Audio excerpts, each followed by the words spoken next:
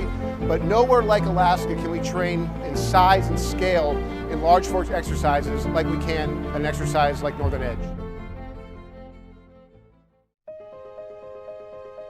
The Gulf of Alaska's beautiful environment supports many important natural and cultural resources. This vast, ecologically diverse area is home to many important bird, fish, and marine mammal species. Alaskans depend on this unique region for commerce, subsistence, and recreational activities. It is also an important training area for the U.S. military. The Navy has safely trained here for more than 30 years alongside our partner military services. Every other year, the Navy typically participates in the joint exercise known as Northern Edge. U.S. Pacific Air Forces hosts the exercise on the behalf of the U.S. Indo-Pacific Command. It takes place for about 2 to 3 weeks in the spring, summer, or fall timeframe. The Navy's temporary training area during exercises is located beyond U.S. territorial waters, or 12 nautical miles from shore, to help reduce the potential to affect marine species and to minimize impacts to Alaska Native, commercial, and recreational fishing.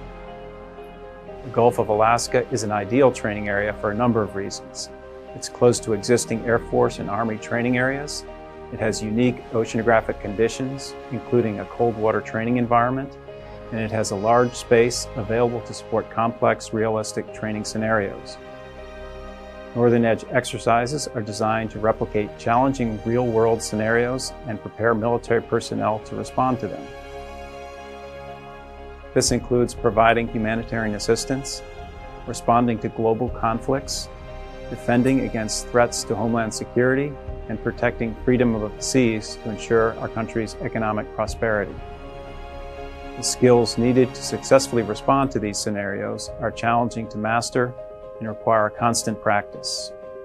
Maritime training activities may include aircraft, ship, and submarine operations, weapons training and qualifications, aerial surveillance training, submarine detection and location, and vessel searches and interdiction training.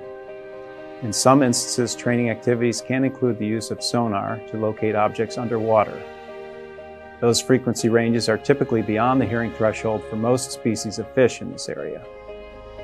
Training activities may also include the use of weapon systems and the use of explosives, although they are typically not used in the underwater environment. Diverse and realistic training exercises in a real-world environment can better prepare sailors for what they will experience in combat or during emergency situations. It can ensure their success and survival. Being a good steward of the environment is an important part of the Navy's mission, including when training in the Gulf of Alaska. Every few years, the Navy reanalyzes the potential environmental effects associated with continued activities in the Gulf of Alaska in accordance with the National Environmental Policy Act.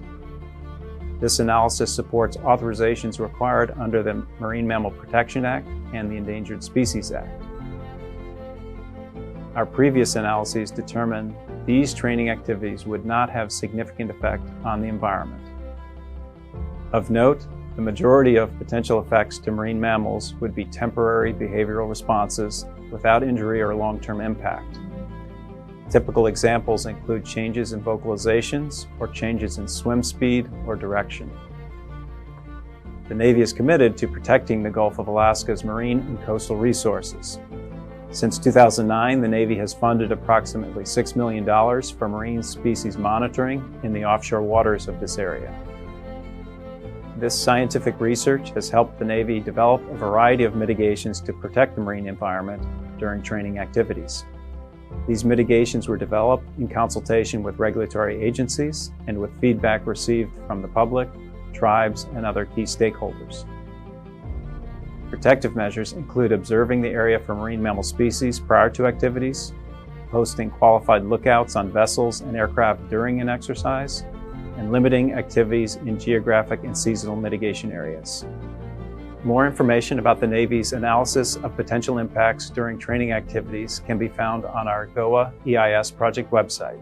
To learn more about Navy-funded research in the marine environment, please visit the Navy's Marine Species Monitoring site listed here.